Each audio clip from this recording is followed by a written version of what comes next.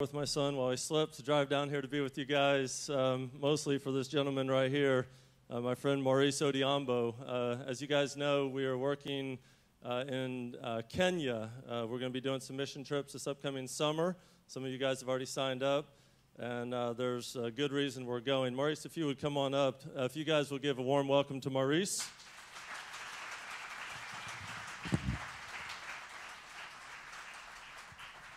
I love this guy. A couple years ago, Josh and I took off to Kenya. We were working on developing the missions here at the church and trying to figure out, I guess in our minds, we thought we were trying to find our place.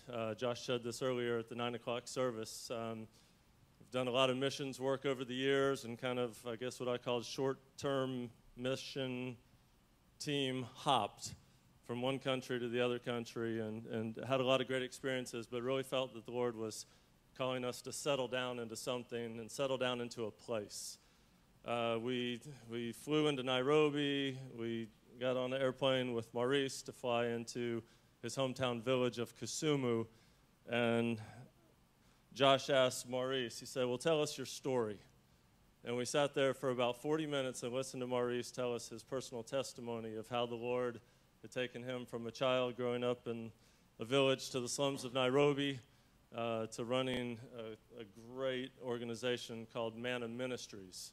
And by the time we got off the plane in his hometown, we knew that we hadn't found our place, but we had found our person. Maurice is a great man of God. Maurice, people ask me when we tell them who we're working with, and they say, well, what's the church? Is he a pastor? Is he a missionary? And I've thought about it, I was like, no, he's not a pastor, and he's kind of a missionary because he goes to other countries. He's evangelist, and the guy loves the Lord. He's all over Africa, and he's going to share a little bit about his family and his ministry and his testimony with us. So if you guys will welcome Maurice, please.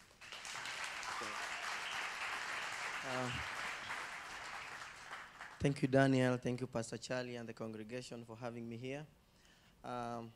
My name is Maurice, and I'm married, and I have 4 children. My firstborn is a son. His name is Donex. Donex on that side is 16 years old, and my daughter is 14, Peggy, on top. And then my thirdborn is Nydia. Nydia is 6, and my lastborn baby, daddy's daughter is Natasha, and my beautiful wife, Benta. We have been married for the last 17 years and a few months. I want to share a little bit about how Manna Ministry came into existence, and that will relate to my story. I grew up in a small village in Kisumu rural, that is in western part of Kenya. And I was growing up, I grew up from a very poor background. My father was a pastor of a small church, and so I was not able to go to get the education that I needed. I only got to below elementary level of education. So during that time, I had my grandfather and my grandmother, and they were growing old, and so my dad chose me to go and stay with my grandmother and my grandfather to be able to help them because of their age. So as I was staying with my grandmother, I got the opportunity to witness very hard things that really broke my heart as I was staying with her, because we really developed a great attachment between me and my grandmother. And when my grandfather passed on, I started to witness things that really stuck to be very unique in my life. I was able to witness what my grandmother had to go through. Back home, when a husband dies, the widow, the woman who is left, is considered unclean, and she has to be cleansed in order to be able to come back to the society. They are considered outcast, and people don't greet them, people don't visit with them, people don't identify with them until they are cleansed. And cleansing back home means they would bring a strange man to come and sleep with her, and then that is when they are considered clean. Many times I witness my grandmother going through hard stuffs, including things that my grandfather left were being taken away from her. And widowhood back then means your dignity and identity and hope is taken away. So I asked myself many times when I saw a strange man was brought to my grandmom's house, and he was locked with my grandmother in the house, and the guy who was brought in was asked that he can only come out after cleansing my grandmother by force. And in the morning, I was there to see my grandmother crying because it was something that she never liked, being a Roman Catholic, and she was born again. And this really broke my heart, that I wished I had strength to be able to beat somebody physically to protect my grandmother. But I was a boy, and there's not much that I could have ever done. So I started to ask God why he had to choose me to go through this, and why he had to allow me to see this kind of experience happening with the person that was at that time my best friend and the most important person in my life. But then, because I was not able to have enough education, I went to the city of Nairobi, which is our main city, to be able to look for some job to make our lives better. That is because my parents could not sustain our family because we were so many siblings. My mother gave birth to 19 children, and 11 of them died, and we are 8 that are still alive. This got out of the hands of my parents, that they could not feed us or take us to school. Even providing a meal was a miracle to my family. So I decided as the firstborn to go out in the city to look for a job, and the only job that I could get was to help in a construction company with hard labor, with helping with my hands. Because I did not have the certificates. So the only place I could live was in Nairobi, was in the Kibera. Kibera is actually the largest slum actually in the world, because Soweto in South Africa used to be the first one, but it has been upgraded. In Kibera slum, the life is like there is no running water, there is no paved roads, there is no electricity, and there is no toilets. Many times they say what is there, they call it is flying toilets. And flying toilet means everyone in Kibera, they have to get some polythene bags, and during the day, if somebody feel like they are pressed, they can use the polythene bag to help themselves, and then they keep that stuff in the house. And when it gets dark, they would take the polythene with the stuffs, and they would throw that as far as they can. And that is because at dark, people are not supposed to walk. So if in any case you happen to be walking around dark time and it fall on your head, they will not be blamed, because people should be home. So that is the lifestyle that was there. As I was living in the slums, I really had to go through a lot of hard life again. Many times I could not have food to eat for several days.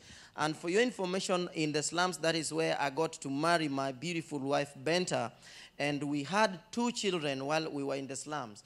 When my wife got pregnant the first time, we could not even know when she was due to give birth, because we were not able to take her to the clinics to be able to identify when she was going to give birth. So what we were doing, we waited for her to get the labor pain. And when she started to feel labor pain, then we knew our child was due. And what I would do, I would go to a midwife and bring the midwife into my house, which was a small 10 by 10 hut with no bed, no furniture, no nothing. So the midwife would get me out of the house, and she would help my wife to deliver, and I would stand by the house outside and be keen to listen to the voice of a newborn baby. And if I had a cry of a newborn baby, I would start thanking God outside and say, God, you have increased our family. And the hardest part was when I was in the slum, and I was not able to even provide for my own children. And it was hard, and many times I walked long distances, and many times we went without food for many days. And as I was working in a small kiosk in the slums as a waiter, many times when clients go there and they eat food and they don't finish their food, people with dogs would come and collect the remains of the food in a gallon or in a container, and they would take back home to their dogs. So what I said with my wife, in order to reduce our budget, I found a container that I would go with at the job place, and I would ask those people that I have a dog, and I would collect the remains and put in the container, and when I go back home, we can warm that, and when we have that to eat with my family, then it would reduce in my budget. Now, as I was in the slum, I started to cry many times, ask God, why did you allow me to see all this that my grandmother had to go through, and now in the slum, I can't even provide for my own children. But in the time I was complaining, that is when God opened a door for me to get some work with the printing company as a sweeper and as a cleaner of the toilets and making some tea. And as I was there, it took me 6 months to be able to learn how to operate a printing machine, because after doing all my stuff, I would go to the printing shop and I would look at what they were doing and I knew the work. Then after some time, one of the employees who was operating the machine left, and I told my boss that I could do the job. He didn't believe me at first until there was a very pressing order that he didn't know what to do. And I said, Maurice, you can try as I stand here. Because he knew to be a printing machine operator, you needed a high level of education in my country, and also you have to take at least 4 years to learn. And idea here was me saying, I know how to print in only 6 months. So he stood in front of the machine and I started to print, and I did it well and I got hired. And then I left the slums and I went to rent at least 2-room house out of the slum. And that is when God came to me.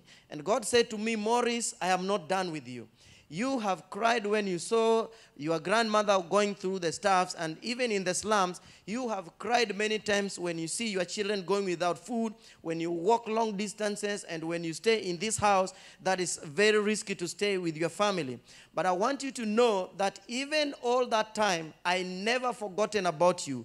I knew you by your name. I knew exactly where you are, what you are going through, and I'm the one who sustained you and not allowed you to die and up to this time. And the reason I was doing that, I was engraving inside of your heart a ministry, because I love the children in the slum so much. I want to feed them, and I want to support and feed the widow and bring hope to them. But I needed someone who would not just sympathize with them or feel sorry for them. I needed someone who would understand what it means to go for several days without food, or someone who would know what it means for a widow to go through the cultural and traditional challenges. And that is why I raised you and allowed you to go through that. Not tell God, how am I going to do this? How can I feed the children in the slums? Even myself, I am really going through hardship. Then God said to me, like he told Martha, Maurice, you were worried about many things, but one thing is necessary. You just need to trust me. I am going to feed the children. It is not about you. It is about me. You are going to be a vessel in my hands. Only say yes, and everything else will fall in place. And out of that, I was able to come out of my job and start my own printing business. And that is what I am doing even right now, taking printing orders, and I have my office, and this is what I'm doing to support my family. And I started to support and feed the children out of my printing business. We have the 4 children that are my biological children, and as a family we have been able to adopt others that we have helped to go to school, and have been able, even one right now, one is in the university. So out of what I went through, God made me to learn that it was not about me, that it was about him. And when I listened and heard that, he started to show me that it was time for me to watch him do the things that he intended to do. And out of that, I have seen things coming in place, including God bringing Muveo in our lives. And now the widows and the orphans in Nairobi and Kisumu are being blessed in a special way, because I get out of the way and I let God to be God. And I'm so thankful that Muveo is a part of this, and Gateway Church, Franklin, has become a part of it. So thank you so much, and God bless you.